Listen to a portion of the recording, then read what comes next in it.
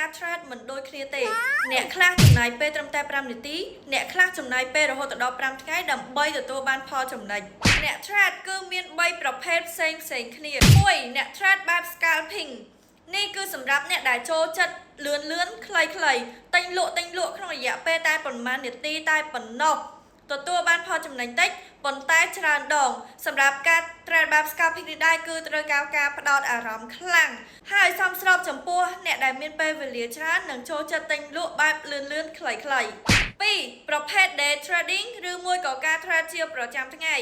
ភាគច្រើនអ្នកដែល trade បែបនេះគឺចូលផ្សារតែ1ដងឬក៏2ដងប៉ុណ្ណោះនៅក្នុងមួយថ្ងៃការ trade បែបនេះទាមទារឲ្យមានការអត់ធ្មត់ទទួលបានប្រាក់ចំណេញគួរសមហើយសមស្របសម្រាប់អ្នកដែលមិនសូវមានពេលទំនេរច្រើនប្រភេទទី3គឺ swing trading ការ trade ប្រភេទនេះដែរគឺសម្រាប់អ្នកដែលចូលចិត្តស្ងប់ដែល hold position ទុកច្រើនថ្ងៃច្រើនសប្តាហ៍ឬមួយក៏ឈានទៅដល់ច្រើនខែច្រើនឆ្នាំ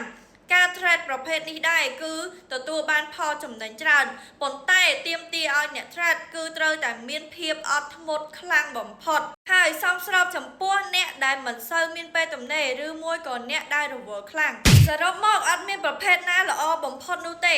តែសំខាន់ប្រភេទមួយណាដែលសមនឹងអ្នកទាំងអស់គ្នាjoinជាមួយ channel ដើម្បីទទួលបានមេរៀនបន្ថែមទៀត